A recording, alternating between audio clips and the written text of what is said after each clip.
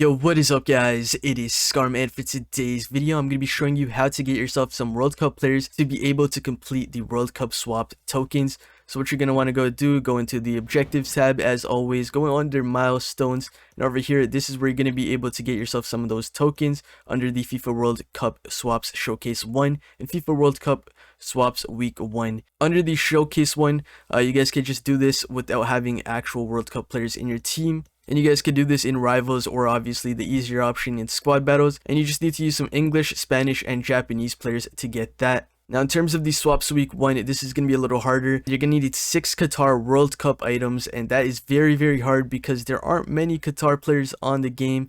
And in fact, you can't actually buy any off the transfer market. You can only pack them through the World Cup packs. In terms of the rest of them, all of these are pretty easy. You definitely will be able to do these instantly and get those swap tokens.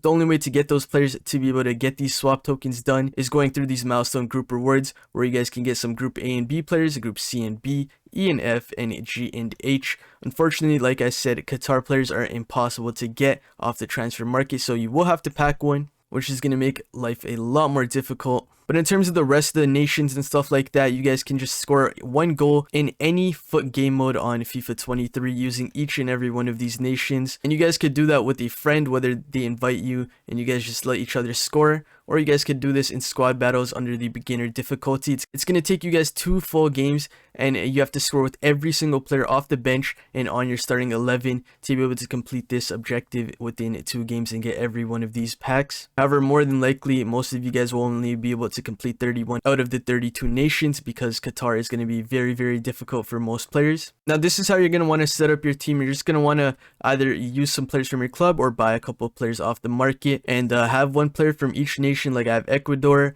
Netherlands, America, Iran, England, Senegal, Wales, Argentina, Saudi Arabia, Mexico, and Poland in my starting 11. So I'm going to have to go into a beginner squad battles game, score with every single player, including the goalkeeper, obviously. And then what you're also going to want to do once you guys score those 11 goals, you're going to have to go sub on 5 players. So I'm going to go sub on, obviously, this Costa Rican, Tunisian, French, Danish, and Australian player off the bench. And make sure to score with each and every one of these players as well. After that, once I'm done the first game, I'm then going to go load up the squad with another bunch of players like the Germans, Japanese, and all these other nations that I haven't already completed. Get those done, and then open the packs, obviously, and start your swaps journey. Now, for those of you that are still struggling like myself to get a Qatar player, obviously the best ways are going to be going through this World Cup Swaps Showcase and completing the Through Japan section, where of course you guys are going to get yourself a Group A Essentials pack, which is going to be very important in giving you the best opportunity in getting a Qatar player, as Qatar is in Group A. Along with that, you guys can go under the Moments tab and go into the Moments store